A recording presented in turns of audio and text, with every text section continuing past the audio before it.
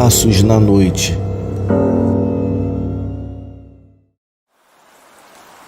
O relato que eu estou enviando, na verdade, foi contado pelo meu pai, que sempre acreditou em assombrações e coisas do outro mundo. Ele me disse que certa vez havia sido chamado para trabalhar em uma fazenda próxima à região onde morava, que no caso seria na Bahia.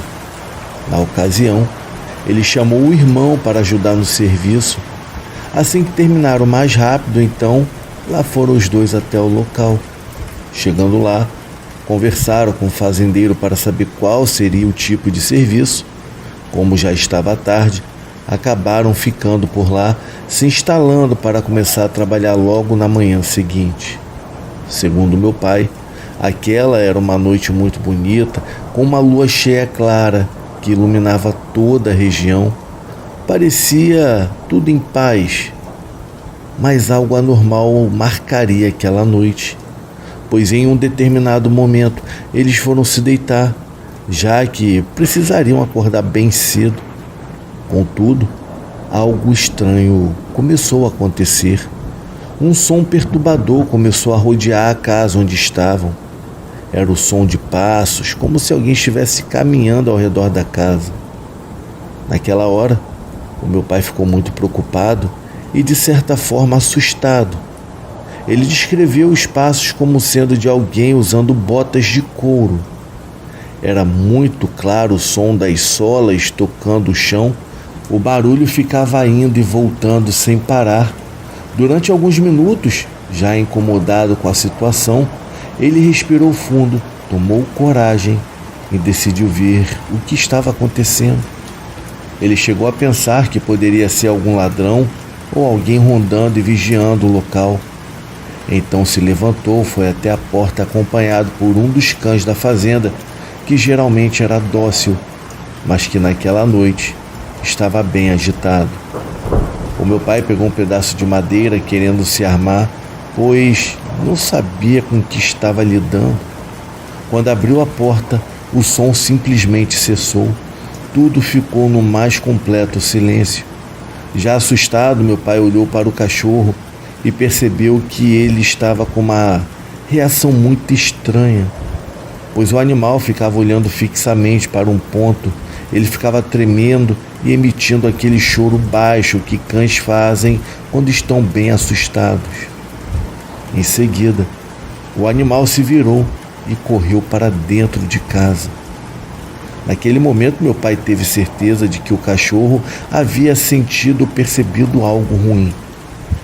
Rapidamente ele fechou a porta e, pensativo, voltou para o quarto e começou a acreditar que talvez fosse coisa da sua cabeça. Então, resolveu aproveitar o silêncio para tentar voltar a dormir, pois tinha que acordar bem cedo. No entanto, assim que voltou para o quarto, os passos retornaram, mas dessa vez estavam ainda mais fortes. O som de borracha tocando ao chão era nítido, indo e voltando ao redor da casa. Naquele ponto, tanto meu pai quanto seu irmão já estavam muito assustados. Eles não conseguiram pregar os olhos durante aquela noite inteira. E quando amanheceu, eles encontraram o dono da fazenda e contaram todo o ocorrido da noite anterior. E para o espanto do meu pai, o fazendeiro não demonstrou surpresa.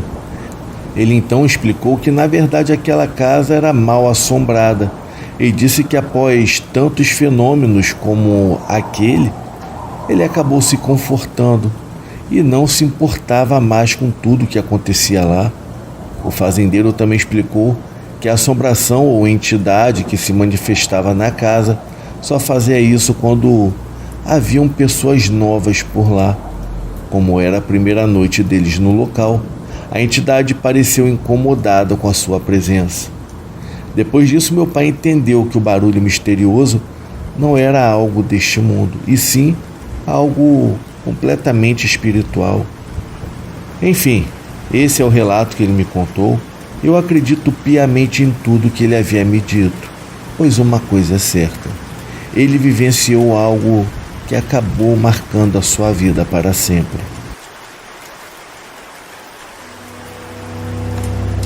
O Mistério sob a Amoeira.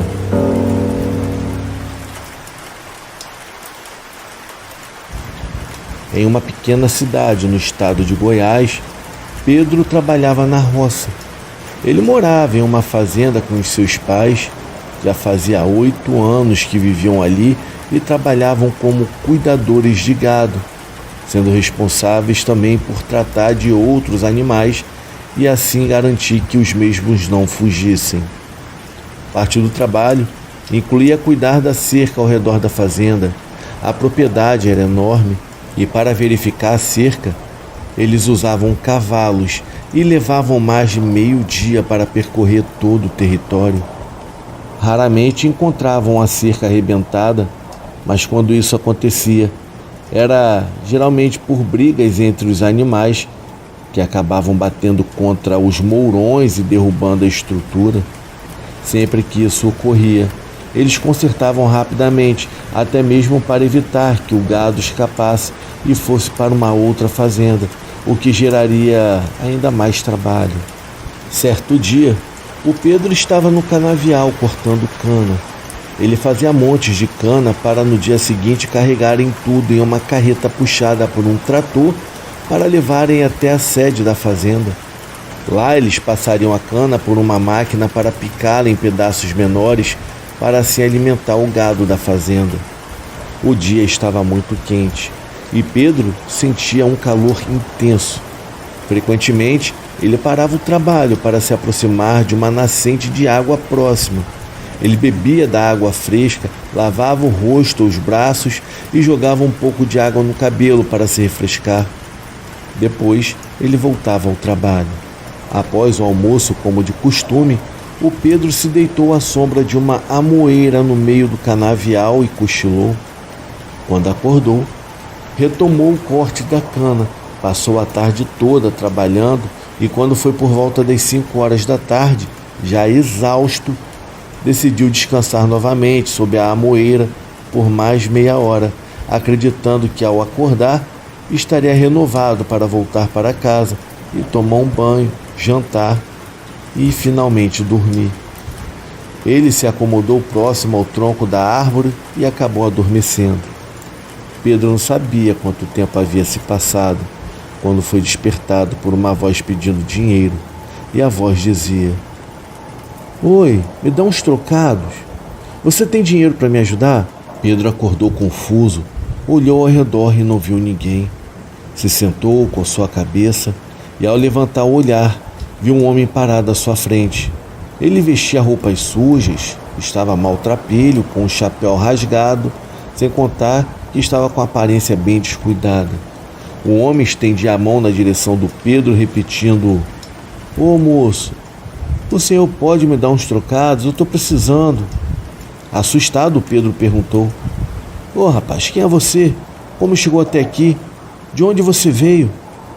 O homem não respondeu, apenas ficou com a mão estendida. Pedro, nervoso, se levantou rapidamente, pegou a sua foice, o facão, a marmita e a garrafa d'água e se preparou para ir embora. Quando olhou novamente para o lugar onde o homem estava, ele já não se encontrava mais lá no local. Na mesma hora, o Pedro sentiu um arrepio percorrer todo o seu corpo. Sem pensar 2 vezes, montou no cavalo e voltou para casa. Ao chegar, a sua mãe logo perguntou: "Ô Pedro, meu filho, você demorou tanto hoje? Você estava cortando cana até agora, é? É perigoso, filho. Fica até a noite não, por favor." Então Pedro respondeu: "Não, mãe, não. Eu estava cansado e me deitei um pouco embaixo da moeira para descansar. Mas posso te contar uma coisa?"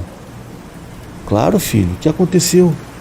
O Pedro então contou para sua mãe sobre o que ele havia visto e ouvido no canavial.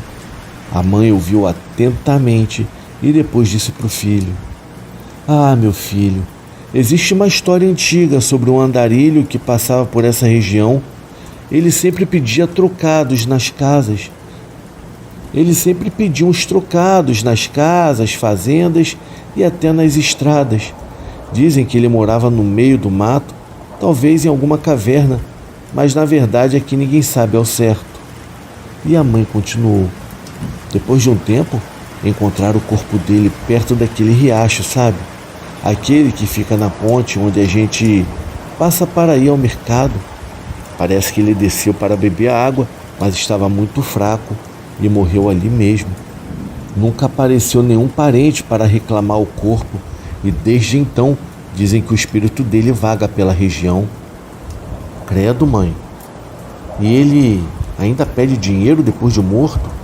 Ah, meu filho, sim, pede sim. Dizem que o espírito dele não sabe que já morreu, então ele continua por aí, fica perambulando, perdido, como se ainda precisasse de dinheiro, sabe? Mas não se preocupe, pois se ele for mesmo um espírito, ele não vai fazer mal algum. O Pedro, por sua vez, ficou pensativo e respondeu: tem razão, mãe. Eu vou tomar um banho. Eu estou todo sujo e cansado. Preciso descansar rápido. E ela falou: filho, vai tomar um banho. Depois você volta para jantar. A janta já está quase pronta, tá? Depois do banho, o Pedro voltou para a cozinha. Eles jantaram e o Pedro continuou com a história para o pai que estava à mesa com eles. O pai do Pedro também confirmou o relato da mãe sobre o tal espírito de um homem que vagava por aquele lugar pedindo dinheiro. Quando foi mais tarde, o Pedro foi dormir, porém no meio da madrugada, ele foi surpreendido. Ele acordou novamente com o mesmo homem pedindo dinheiro, sendo que dessa vez o homem estava ao lado da cama dele e com a mesma voz insistente que dizia: ei, você pode me dar uns trocados, não pode? Pode me arrumar algum dinheiro para mim? Por favor. Pedro acordou assustado, se sentou na cama e gritou: como que você entrou aqui? Sai daqui agora! Vai embora, Satanás! Desesperado, Pedro começou a gritar, mas a sua voz havia sumido, até que ele não conseguiu mais falar. Bom, felizmente, os gritos foram suficientes para acordar o pai, que saiu correndo do quarto onde dormia com a esposa. Ela atravessou o corredor rapidamente, entrou no quarto do Pedro e o encontrou sentado na cama, tremendo de medo. O que foi que aconteceu? Desesperado, o Pedro começou a gritar, mas a sua voz foi sumindo até que ele não conseguia mais falar. Felizmente, os gritos foram suficientes para acordar o pai, que por sua vez saiu correndo do quarto onde dormia com a esposa. Ele atravessou o corredor rapidamente, entrou no quarto do Pedro e o encontrou sentado na cama, tremendo de medo. O que foi que aconteceu, meu filho? Perguntou o pai. E o Pedro respondeu ainda apavorado: foi aquele homem, pai. Ele estava aqui de novo do lado da minha cama. Ele estava me pedindo dinheiro. Eu não sei como ele entrou aqui, se é um espírito, porque ele continua me perturbando. O pai até que tentou acalmar o filho e disse: vamos fazer o seguinte, meu filho. Amanhã, assim que amanhecer, depois de tomarmos café, eu vou com você até o canavial, lá embaixo daquela moeira onde você disse que descansou. Vamos levar algumas moedas. Eu vou preparar um saquinho de tecido. Colocaremos as moedas dentro e levaremos também um enxadão. Vamos cavar um buraco embaixo da moeira e enterrar o saquinho com as moedas como uma oferta para aquele espírito, para que ele nunca mais volte. Pedro, ainda inseguro, perguntou: será que vai funcionar, pai? Eu não quero mais ver aquele homem. Ele me dá muito medo. E o pai respondeu: vamos fazer isso, filho. Já ouvi dizer que algumas pessoas fizeram algo parecido e o espírito, por sua vez, nunca mais apareceu. Na manhã seguinte, ao nascer do sol, Pedro e o pai foram até o canavial. Eles levaram algumas moedas dentro de um saquinho, cavaram um buraco embaixo da amoeira, perto do tronco, e enterraram o saquinho com as moedas como oferenda ao espírito. Pedro torcia para que nunca mais pudesse ver aquele homem novamente. E aparentemente acabou funcionando. Os anos se passaram e ele nunca mais foi visto por aquele homem que pedia dinheiro. Agora, se isso durará para sempre, o Pedro não sabe. Mas ele espera nunca mais passar por uma experiência tão desagradável e assustadora como aquela.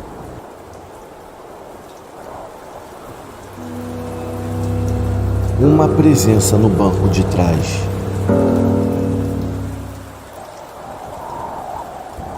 Boa noite a todos. O meu nome é Cristina. Eu sou de Fortaleza, no Ceará. O relato que eu irei contar aconteceu comigo e com meu tio, que é irmão da minha mãe.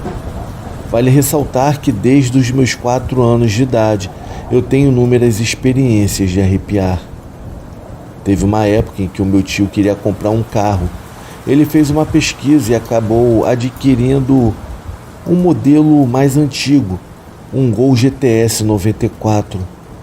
O carro estava bem conservado e vinha na cor vermelha. Realmente era um veículo bonito. O meu tio ficou muito feliz e empolgado com a compra. Então, ele foi até a minha casa e me chamou para dar uma volta com ele.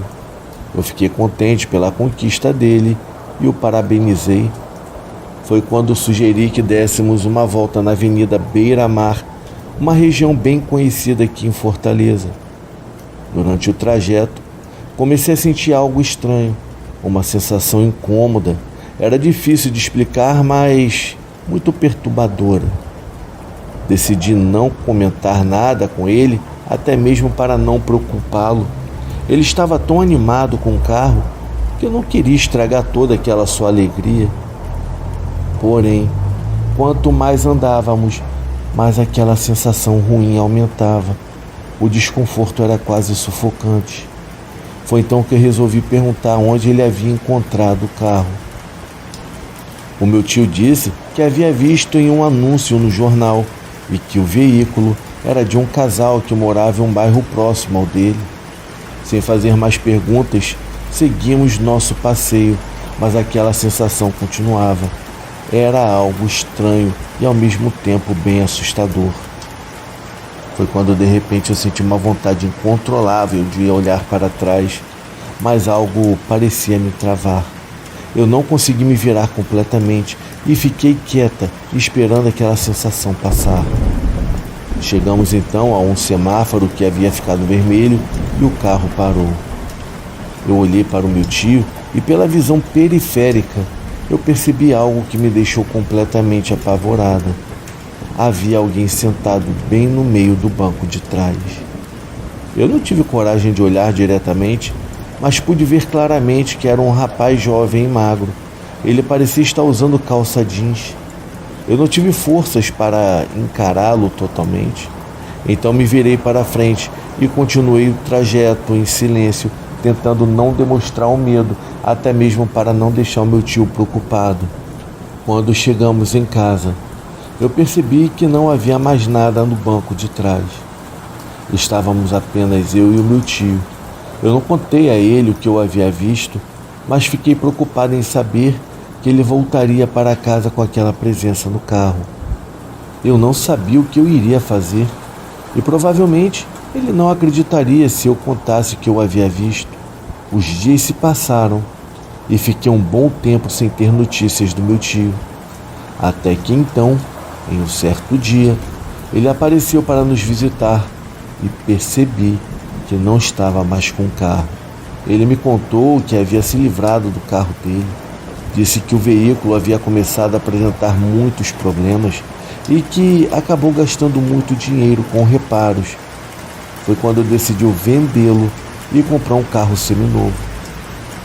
Senti que ele não estava me contando tudo. Parecia haver outros motivos para ele ter se desfeito do carro, mas resolvi não perguntar. Enquanto ouvia a sua história, também não tive coragem de contar o que eu presenciei naquele dia. Eu tenho quase certeza de que aquela presença no banco de trás era do verdadeiro dono do carro. Alguém que ainda estava muito apegado ao veículo, talvez por isso não quisesse que ninguém mais o dirigisse, influenciando assim para que as pessoas ficassem com ele por pouco tempo. Foi uma tarde bem assustadora. Depois de tudo isso, eu não tenho a menor dúvida de que existem coisas bem difíceis de ser compreendidas. Boa noite.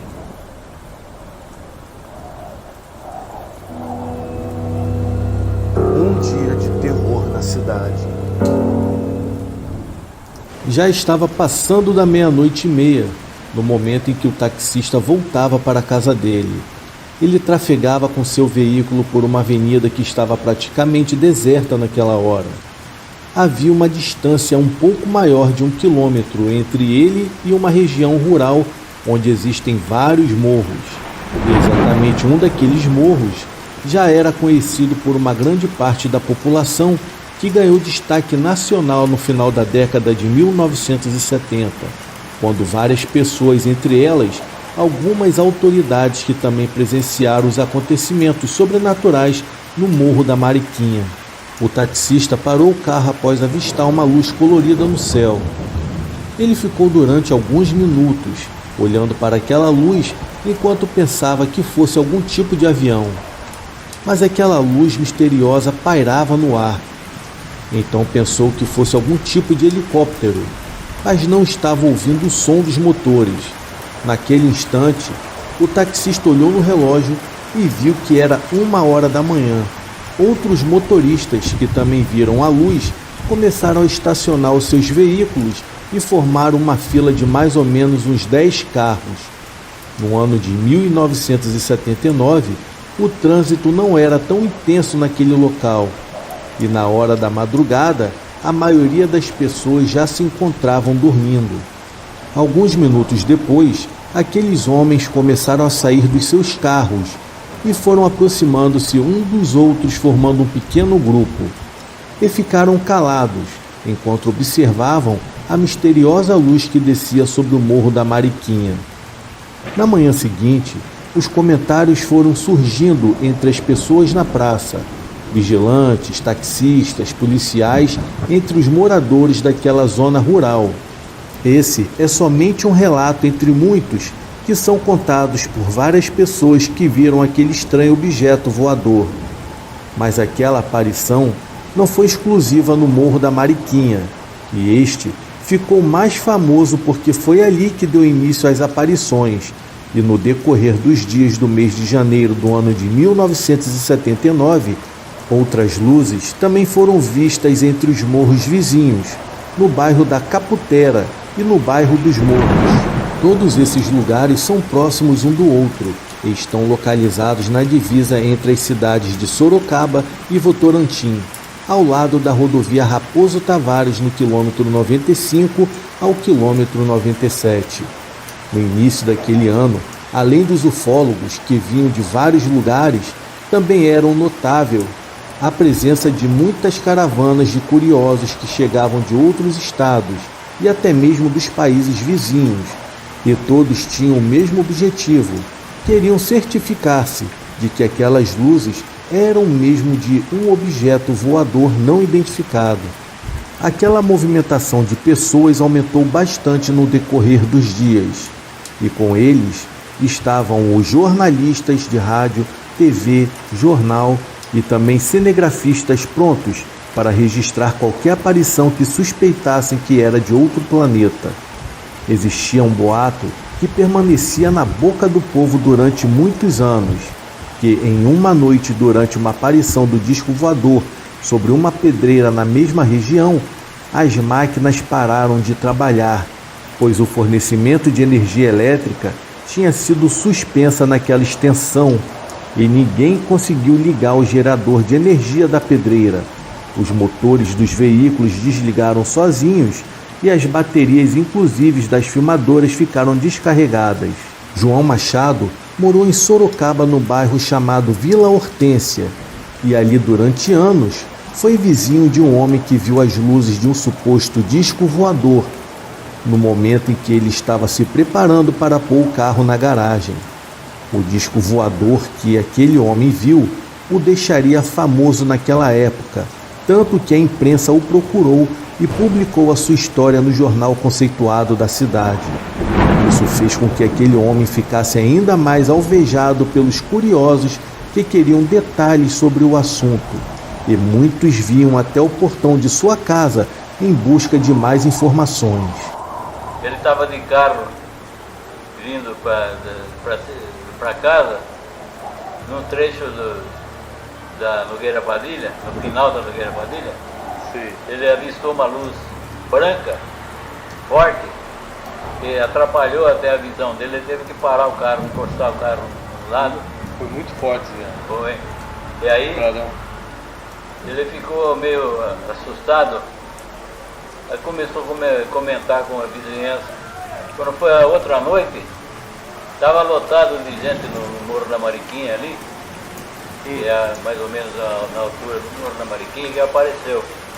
Aí foi até uma festa, veio até uma rádio de São Paulo para gravar e transmitir a chegada do disco voador ou a passagem dele, né? Ele não parava, ele dava volta, dava círculo, acendia a luz e apagava a luz, acendia a luz e apagava a luz no aparelho. Era enorme. Aparecia sempre de madrugada. Mas, sempre altas horas, de uma hora em diante. De uma hora em diante. Deu uma até as 3. Era o horário que o pessoal ficava esperando. Só que depois começou a chegar muita gente. E por incrível que pareça, tinha até vendedor de cachorro quente e tudo. Aí a reportagem, pergunta e mais pergunta. A Regina, minha esposa, ela tinha a mãe dela que morava no bairro do Ipinga. Vocês conhecem Ipinga? Sim. E ela estava uma noite, no entardecer, no escurecer, conversando com a vizinha na frente da casa dela. E porque lá era muito descampado, era muito mato, só tinha aquelas ruazinhas, não tinha muita vida no bairro, né? Sim. É um bairro bem rural mesmo.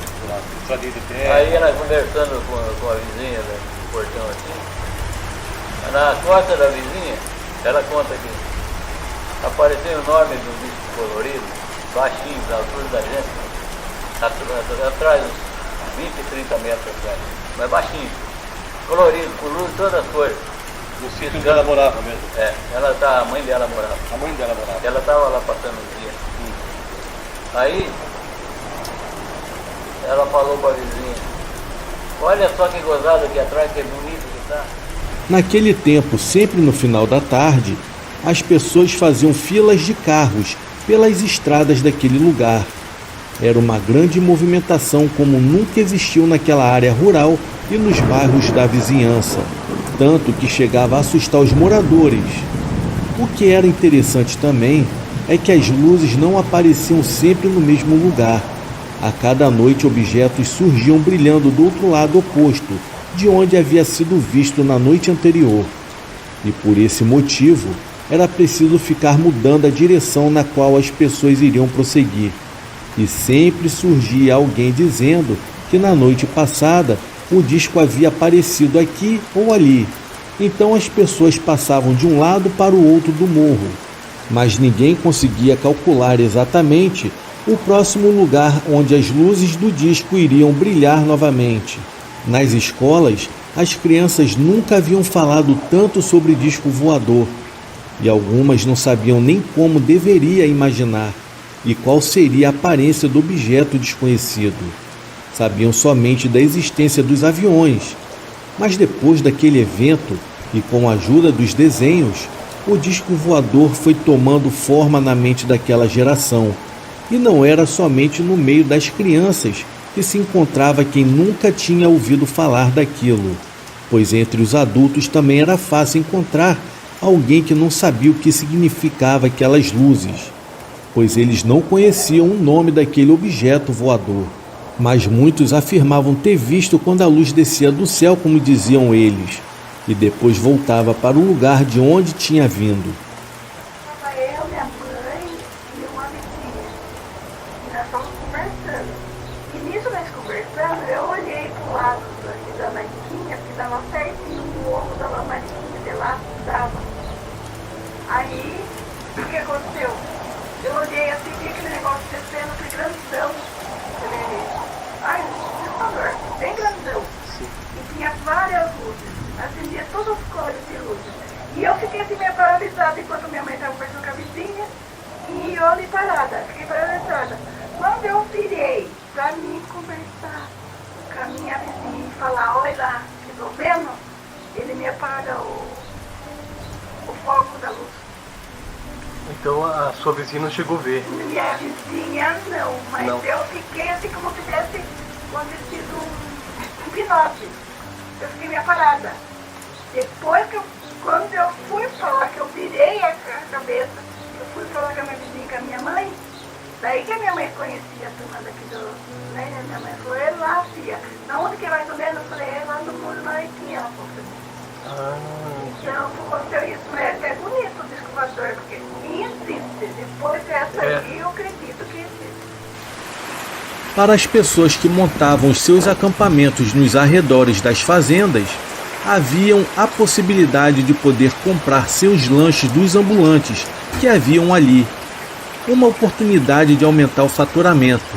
Vendeu os seus produtos, que eram sanduíches, churrasquinhos e bebidas. Outro fato curioso refere-se àquele evento. Aconteceu em Votorantim, quando 2 homens ficaram tão populares por também terem visto o tal disco voador e foram eleitos para o legislativo da cidade.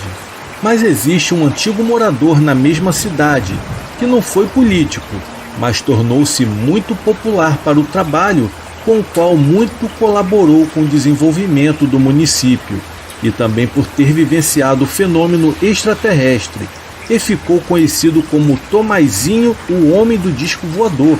E no ano de 2017, ele até recebeu as congratulações da Câmara Municipal e foi homenageado por muito ter contribuído com o crescimento da cidade. E durante a sessão, o vereador referiu-se ao homenageado como o homem que viu o disco voador.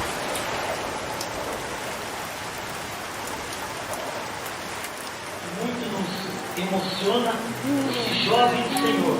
E o Senhor Tomás tem uma história. Para quem acredita, você pode estar chegando até ele porque ele tem aí a certeza de vir um disco voador passando aqui por nossa cidade, né, seu Tomás? Pode estar, então, para quem acredita, estar lá tirando mais informações a respeito de tudo isso. Muito obrigado pelas palavras. Deus abençoe sua vida, senhor Tomás. Toda a família é o que eu desejo nesta manhã. Deus abençoe. Muito obrigado, senhor presidente. Essas são as minhas palavras.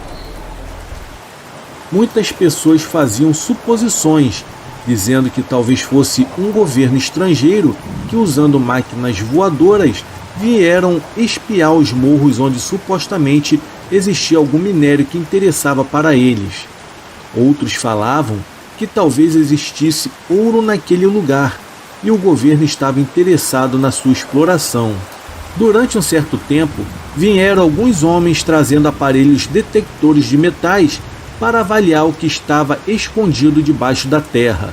Eles queriam, na verdade, era descobrir se existia ouro ali, e visitavam os proprietários das terras pedindo autorizações para fazer as pesquisas no terreno, mas nunca ficou conhecido por alguém se o ouro foi realmente encontrado por aquelas pessoas. Até hoje em dia, em uma mata preservada, existem marcas de escavações que foram feitas nas tentativas de encontrar algum material precioso, e alguns moradores daquela região chegam a afirmar com toda certeza que todo o esforço feito pelos chamados garimpeiros não passou mesmo de uma dura tentativa e não encontraram nada do que esperavam. Na edição de número 21.363 do jornal Cruzeiro do Sul de Sorocaba, São Paulo, no dia 9 de janeiro, terça-feira, ano 1979, foi impressa a matéria com o título "Objeto voador mobilizou até a polícia". Esse jornal divulgou a história de um morador da cidade que, após avistar o objeto voador, comunicou-se com a polícia para relatar o fato. Os policiais pensaram que era uma mentira contada por aquele homem, mas diante de tanta insistência, uma viatura foi enviada até o local por volta das 3 horas da manhã. Os policiais seguiram pela Avenida Coronel Nogueira Padilha, sentido centro-bairro, e ao chegarem até o barracão de um extinto supermercado, também avistaram as luzes misteriosas pairando sobre aquele lugar. Conforme a entrevista concedida ao jornal Cruzeiro do Sul, os policiais disseram que fizeram comunicação com o objeto, usando o holofote da viatura, e viram que o OVNI respondia com suas luzes ficando mais intensas e também mais fracas, quase apagando. Mais tarde, aquela luz movimentou-se e foi até o final da avenida, parando novamente durante pouco tempo sobre uma fábrica de bebidas. Dali, seguiu na direção dos morros até o lugar onde estava localizada uma pedreira. E o objeto voador permaneceu ali até o amanhecer. Os policiais ficaram em estado de alerta, com todas suas viaturas vindas de Sorocaba, e a outra chegou da cidade vizinha Votorantim. Era um total de quase 20 soldados apostos naquele lugar. Todos viram aquele OVNI de muitas luzes coloridas. Parecia vários objetos brilhantes e pequenos que formavam um círculo, enquanto que no seu núcleo encontrava-se o maior e mais reluzente. Ao amanhecer, o objeto voador ainda era visível no ar.